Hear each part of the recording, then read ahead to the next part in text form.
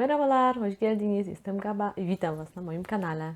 Dzisiaj w takim innym niż zwykle filmiku. Nie jest to lekcja, nie będzie to lekcja języka tureckiego, tylko taki, powiedzmy, że vlog. I jeżeli dotrwacie do końca tego odcinka, to będzie w nim bonus. Po pierwsze, chciałam Wam bardzo serdecznie podziękować za to, że jesteście ze mną na tym kanale. Jest Was już ponad 200. Jest to naprawdę ogromna liczba osób. Pomyślcie sobie, ile to jest grup w szkole językowej, ile by to było grup w szkole językowej, osób, które są zainteresowane językiem tureckim, chcą się go uczyć, które śledzą lekcje gramatyki, bo w sumie mój kanał to są głównie lekcje gramatyki języka tureckiego. I jest to ponad 200 osób, które tej gramatyki chciałoby się nauczyć. Bardzo Wam za to dziękuję. Dziękuję Wam bardzo, że jesteście ze mną na tym kanale. Żeby ten filmik był o czymś i żeby nawiązywał tematyką do tego, co się dzieje na moim kanale, to chciałam Wam opowiedzieć o tym, jak się uczyć języka tureckiego. Podzielić się z Wami moimi doświadczeniami, moimi wrażeniami, moimi przemyśleniami. A przyszło mi to do głowy dlatego, że wiele z Was, wiele osób wspomina mi w komentarzach, w wiadomościach, że uczycie się różnych języków, znacie angielski, uczycie się dodatkowo hiszpańskiego, rosyjskiego, niemieckiego, różnych języków, a ten turecki to jest jakiś kosmos, on jest strasznie trudny, nie mogę się go nauczyć, jak do tego w ogóle podejść? Co sugerowałoby, że metody, które stosujemy do uczenia się języków europejskich, w jakiś sposób nie skutkują w przypadku języka tureckiego. Tak można było wnioskować z tych Waszych wiadomości. Choć mimo wszystko, pierwszą rzeczą, o której chciałabym tutaj wspomnieć, kiedy zaczynamy się uczyć języka tureckiego, musimy sobie uświadomić, że to jest język zupełnie inny niż języki europejskie, których się zazwyczaj uczymy. I trudność tego języka, o ile możemy mówić o trudności, bo ja mimo wszystko stoję na stanowisku, że jest to język stosunkowo prosty, polega właśnie na tym, że ten język jest zupełnie inny. I w momencie, kiedy zrozumiemy, na czym ta inność polega, wtedy nauka przyjdzie nam mimo wszystko trochę prościej. Więc na początek sugerowałabym zaznajomienie się z jakimiś informacjami na temat tego, jaki to jest język, czym się charakteryzuje, że jest to język oparty na sufiksach, że jest to język nieindoeuropejski. Takich paru rzeczy, że ma harmonię samogłoskową. Do jej harmonii należałoby się nauczyć. Ona jest kluczowa moim zdaniem w języku tureckim. Znaczy nawet nie moim zdaniem, ona jest naprawdę kluczowa. O tym się łatwo można przekonać zaraz na początku nauki. Jeżeli to opanujemy, to jest pierwsza rzecz. Jeszcze bez znajomości żadnych słówek, bez znajomości żadnych zwrotów. Jeżeli mamy problem ze zrozumieniem, uświadomieniem sobie, jak ten język funkcjonuje i jak się tego języka nauczyć, to by był dobry początek. W internecie jest mnóstwo filmików, blogów, różnych porad na temat tego, jak się uczyć języków obcych. Ja tu w ogóle nie będę wspominać ani nawiązywać do tych, które traktują o językach europejskich, bo tak jak już powiedziałam, to jest inna kategoria. Inaczej się uczymy jednak języków europejskich, które po pierwsze są jakoś tam mimo wszystko są połączone, mają jednak podobną logikę budowy zdania i generalnie podobną logikę i gdzieś te słówka z jednego do drugiego zawsze gdzieś się tam mieszały, więc gdzieś tam te słówka są podobne. Poza tym większość, no nie mówię o jakichś takich bardzo niszowych językach, małych europejskich, nie wiem, albańskim, to jednak większość tych języków gdzieś tam nam się przewija, bądź w radiu, bądź w telewizji, jakoś, szczególnie w radiu, piosenki, nie wiem, hiszpańskie, angielskie, to się zawsze gdzieś tam przewinie, natomiast taki turecki, no nie mamy z nim kontaktu. Więc większość osób, które opowiadają o tym, jak się uczyły języka tureckiego, jak się nauczyły języka tureckiego, to są osoby, które zazwyczaj mieszkają w Turcji. Więc to jest sytuacja trochę inna, bo takie osoby są tym językiem otoczone na co dzień. One są tym językiem bombardowane na co dzień. To jest trochę tak jak z dziećmi. Często się przywołuje przykład dzieci, które uczą się mówić swojego własnego, ojczystego języka na takiej zasadzie, że po prostu słuchają, a potem powtarzają. I to jest prawda, tak to działa rzeczywiście, tylko że no, w przypadku dzieci pomyślmy sobie, ile to lat im zajmuje, żeby się mogły tym językiem biegle posługiwać, tak żebyśmy mogli rozmawiać tak jak ja teraz z Wami. I w jakim stopniu te dzieci mają kontakt z tym językiem, mają z nim kontakt praktycznie non-stop. Rodzice czy jacyś inni ludzie ciągle do tych dzieci mówią, one mają non-stop kontakt z tym językiem.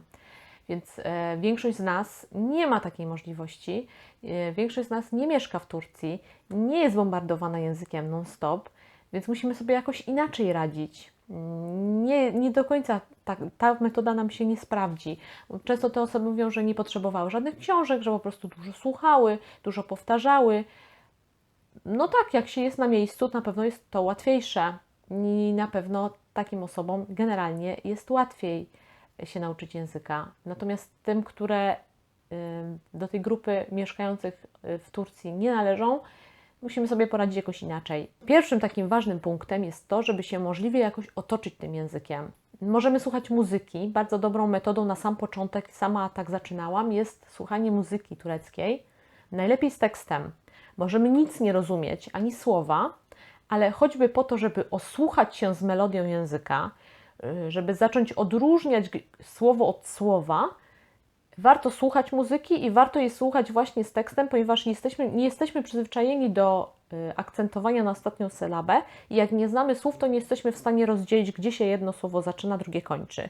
A jak mamy słuchamy śpiewającego artysty, wykonawcy i mamy przed sobą tekst piosenki, to jest nam jednak łatwiej to zrobić. Po prostu słyszymy mniej więcej, gdzie się jeden wyraz kończy, gdzie się drugi zaczyna. Więc to jest taka metoda na sam początek, żeby się osłuchać z językiem. Drugą rzeczą, od której warto zacząć, to jest nauczenie się podstawowych zwrotów. Nie polecam uczenia się samych słówek jako takich, wkuwania tam, nie wiem, 500 czy 1000 słówek, bo w tureckim samo nauczenie się słówek nie wnosi, znaczy oczywiście, że to jest pomocne, to na pewno nikomu nie zaszkodzi, ale to Wam sprawy nie załatwi, bo cóż z tego, że znacie wyraz araba, jeżeli usłyszycie w filmie bądź w serialu arabasın dadır. No i wiecie, że araba i co dalej, nie wiecie co dalej, a to jest w jego samochodzie. Samo nauczenie się słówek Wam nie pomoże, natomiast nauczenie się wyrażeń już tak, ponieważ po pierwsze możecie ich swobodnie już użyć w sytuacji, jeśli się znajdziecie w jakiejś sytuacji, a po drugie tam już są gotowe konstrukcje, gotowe sufiksy w odpowiednich formach, więc potem jak zaczynacie się uczyć dalej i potrzebne Wam są te sufiksy i te formy, to już macie przykład czegoś, co już znacie i na przykładzie czego możecie sobie tą zasadę odtworzyć i zapamiętać, ten sufiks odtworzyć, zapamiętać. Bo trzeba niestety powiedzieć, że turecki bez gramatyki jest trudny do nauczenia się, znaczy trudny. Moim zdaniem wymaga więcej pracy, bo to jest takie zakuwanie na pamięć. Trzeba by wszystko zakuć na pamięć. A jak znamy troszeczkę gramatyki, to znaczy uczymy się tych sufiksów i po pierwsze mamy opanowaną zasadę harmonii samogłoskowej, bo to uważam jest absolutna podstawa, to jesteśmy w stanie się już dużo łatwiej tego języka nauczyć. Warto też oglądać filmy. Jeżeli macie swoje ulubione filmy, takie najlepiej zacząć od takich, które już znacie, bo wtedy wiecie o czym, znacie treść filmu, wiecie o czym jest, znacie fabułę tego filmu. Turcy generalnie większość filmów wydają z dublażem, czyli tak się to mówi? Dublaż, nie? Po polsku? Dublaż? Chyba tak. Więc z dublażem. W związku z tym większość filmów dowolnych, które już znacie, możecie sobie obejrzeć po turecku. I to też jest dobra metoda, bo możecie sobie wyłapać zwroty, jakby wiecie już o czym jest film, a możecie sobie po prostu posłuchać, jak ten język brzmi.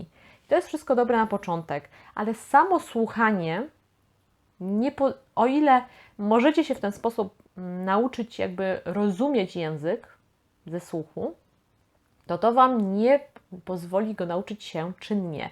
Żeby się języka czynnie nauczyć, to trzeba czynnie z nim pracować. To znaczy trzeba po prostu aktywnie tego języka używać. No i oczywiście, jeżeli nie mamy kontaktów z Turcją takich, że nie jeździmy do Turcji, nie mamy znajomych bądź krewnych tureckich, to korzystanie z tego języka jest trudniejsze. Dlatego z pomocą przychodzi nam internet i tutaj jest to dla nas rzeczywiście błogosławieństwo, że mamy takie rzeczy jak social media, bo jest mnóstwo profili z językiem tureckim na Instagramie, są kanały na YouTubie, pewnie jeszcze inne na Facebooku, grupy.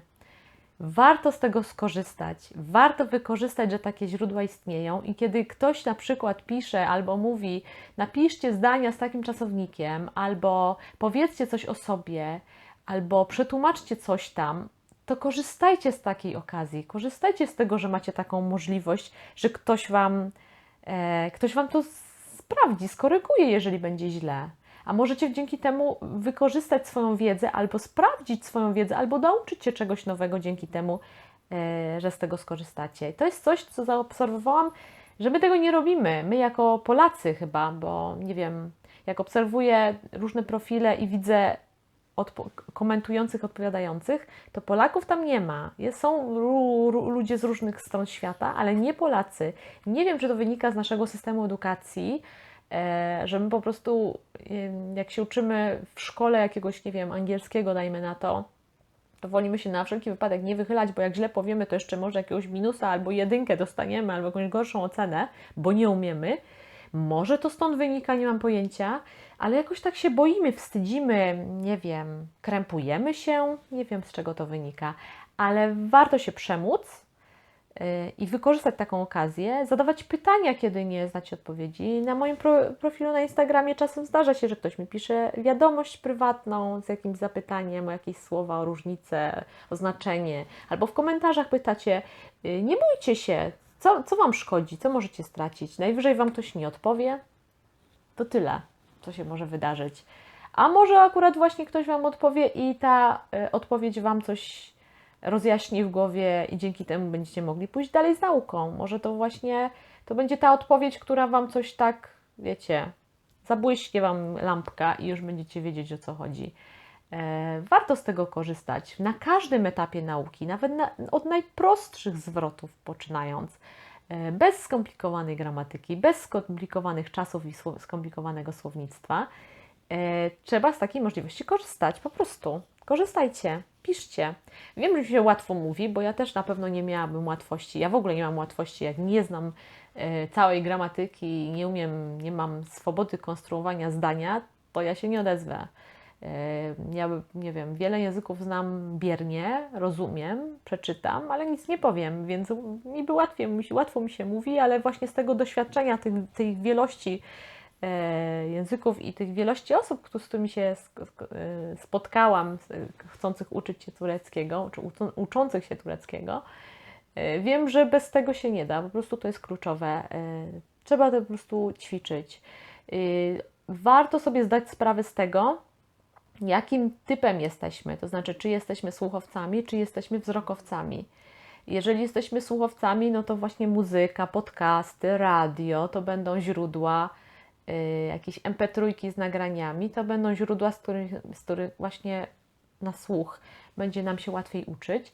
Jeżeli jesteście wzrokowcami, no to tekst pisany i tutaj jednak książki, jakieś materiały by się nam przydały. Wiadomo, że na rynku polskim niestety ilość tych materiałów jest ograniczona. Znowu social media nam przychodzą z pomocą.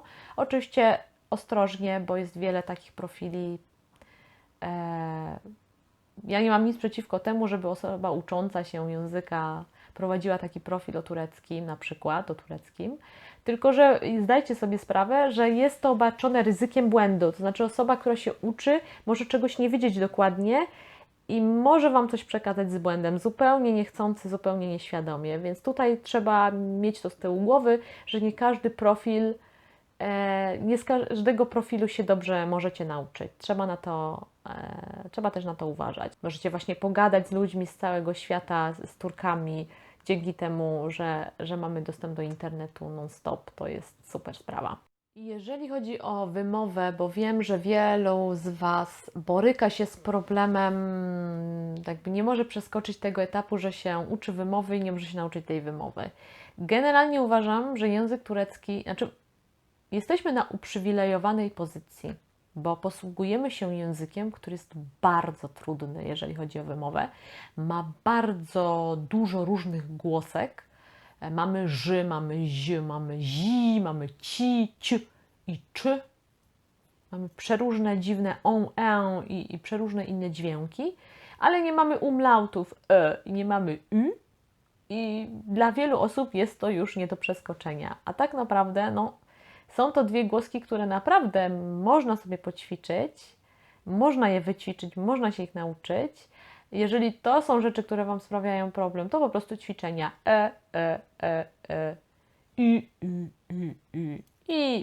i w kółko. Yumuşak bym się tak bardzo nie przejmowała, ponieważ z tym to mają problemy nawet Turcy, więc w zasadzie wystarczy wydłużyć samogłoskę, którą wymawiacie. Pozostałe mamy cie, mamy się, czy my wymówimy czy my wymówimy ci, nie ma najmniejszego znaczenia, Turek nas i tak zrozumie. Więc turecki jest bardzo liberalny, jeżeli chodzi o wymowę. W tureckim występuje wiele, jakby gwarowość występuje, jest bardzo silna. Każdy rejon Turcji, w każdym rejonie Turcji mówi się troszeczkę inaczej. Więc to naprawdę nie jest takie ważne, czy wy mówicie bardziej miękko, czy bardziej twardo. Czy to Yumuşak G będzie tam słuchać, czy nie będzie słuchać tego zwężenia krtajowego. Naprawdę nie ma to znaczenia. Jedynie co, to właśnie umlauty, czyli i mogą mieć znaczenie, bo rozróżniają wyrazy, tak jak uć, czyli koniec, i üć, czyli 3. Ale to są dwie głoski, których się trzeba nauczyć. Naprawdę jest nic, to jest pikuś. A resztę w zasadzie czyta się tak, jak się pisze. Nawet jeżeli ktoś twierdzi, znaczy w mowie potocznej usłyszycie niby różnicę pomiędzy tym, co jest napisane, a tym, co jest mówione, ale to jest wtórna rzecz i to możecie nabyć z czasem, a jak będziecie wymawiać tak, jak jest napisane, to również będzie poprawnie. Więc tutaj bym się bardzo nie przejmowała. Naprawdę mamy ułatwione zadanie, bo wymawia się turecki podobnie do polskiego. Wymowa głosek poszczególnych literek jest naprawdę zbliżona, więc naprawdę mamy ułatwione zadanie. Pomyślcie sobie, że mamy takiego uczącego się anglojęzycznego i widzi takie araba.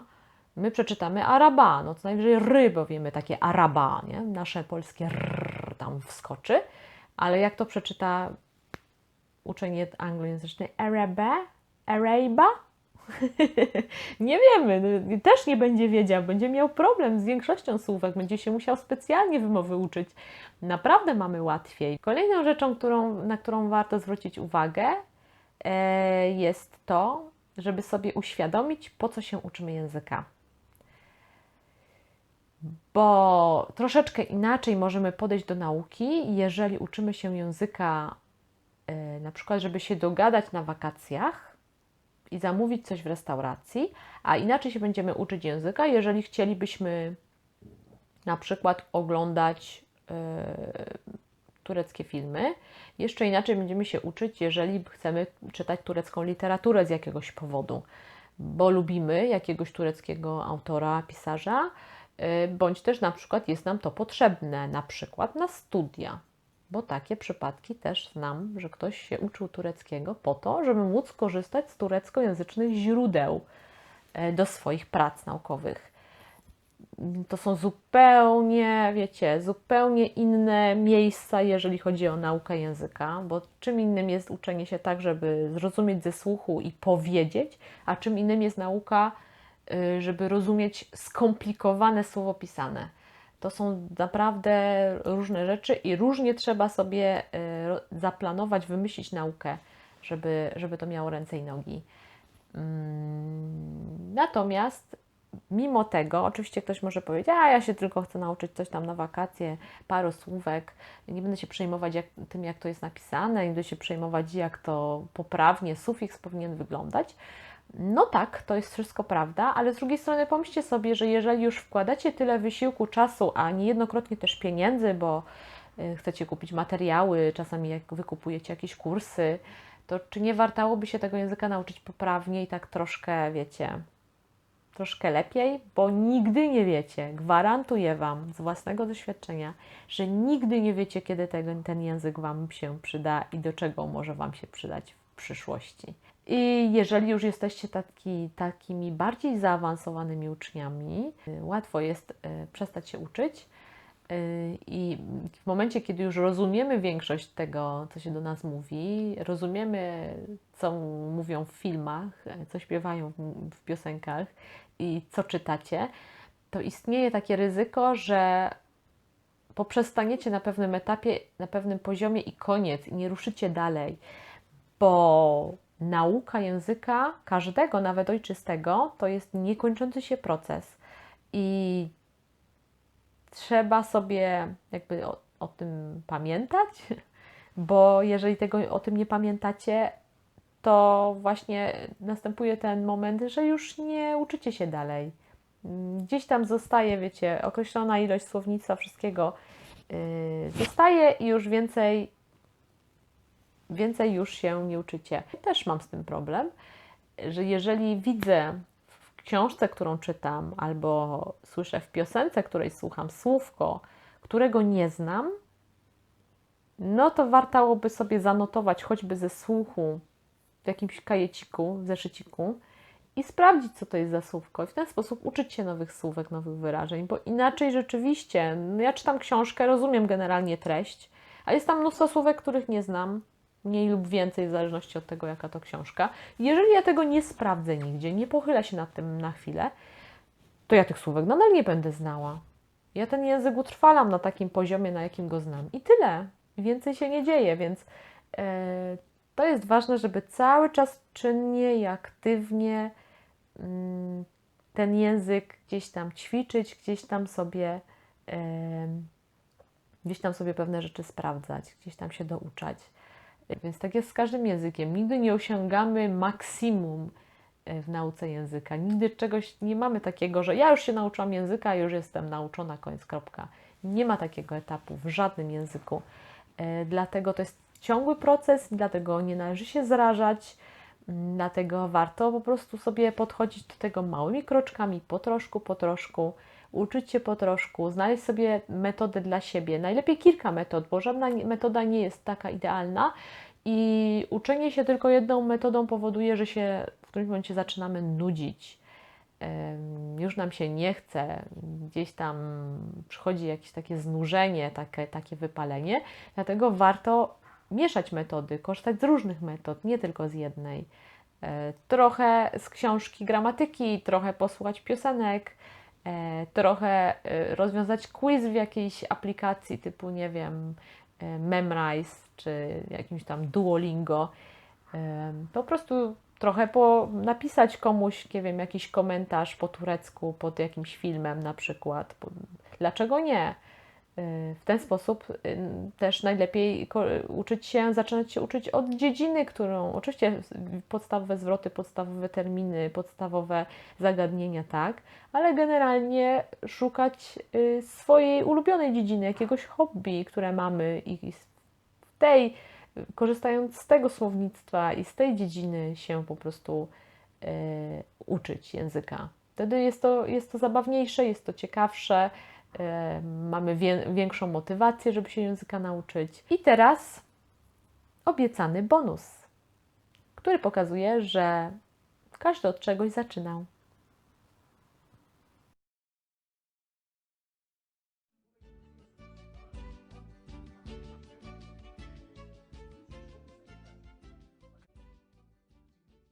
Gabriela, Türkçe kolay mı? Evet, oldukça kolay. Çok kolay bir dil. Lehçeden daha kolay. Lehçeden daha kolay. Evet, Lehçe dünyanın en zor dilin birisi gerçekten. Çok zor. Nasıl öğreniyorsun Türkçeyi? Nasıl böyle pratiğini arttırıyorsun? Nasıl ilerletiyorsun dilini? Yani Türk arkadaşlarım var, onlarla konuşuyorum. Çok Türk şarkıları dinliyorum, biraz da söylüyorum. Hangi şarkıları dinliyorsun? Yani Tarkan'ın şarkılarından başladım.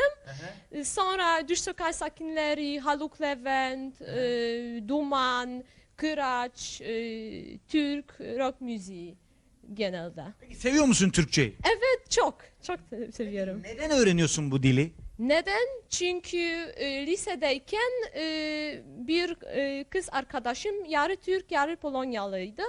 Çok iyi Türkçe konuşuyordu. Bana öğretmeye başladı.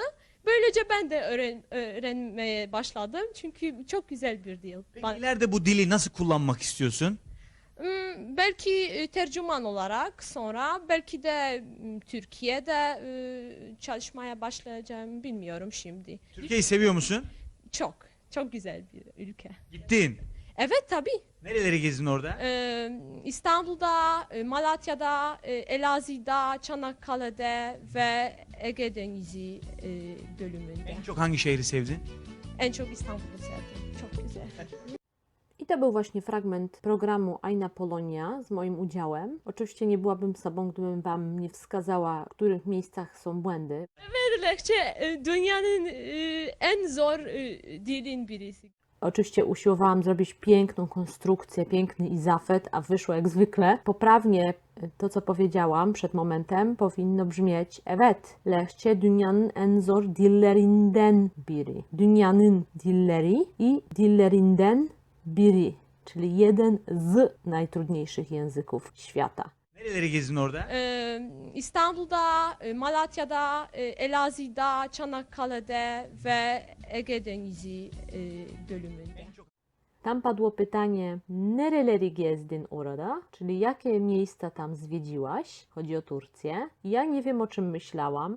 Myślałam pewnie, że byłam w Malatii, tam i tam, w różnych miejscach, tylko że nie powiedziałam tego pełnym zdaniem, więc wyszło bez sensu, jakby nie była to odpowiedź na pytanie. Odpowiedzią na pytanie powinno być Istanbulu, Malatya i Elazığ, Çanakkale. No i zdaje się, że albo nie znałam, albo zapomniałam słówka i powinno być Ege Denizi bölgesi, a nie bölümü. Nie mówi się bölümü, mówi się bölgesi, czyli bölgesi nie, bo to już jest drugi zafet w bierniku, czyli Ege Denizi bölgesi nie. Koniecznie dajcie mi znać, jakie są Wasze metody uczenia się języka tureckiego, w jaki sposób Wy się uczycie, czy te metody, o których wspomniałam w filmiku, działają czy nie działają. Bardzo Wam dziękuję za uwagę. Nie zapomnijcie zasubskrybować, żeby śledzić, pewnie będzie więcej takich vlogów i kolejne nowe lekcje. Jeżeli Wam się podobało, polubcie i zapraszam Was do kolejnych filmów. Görüşürüz.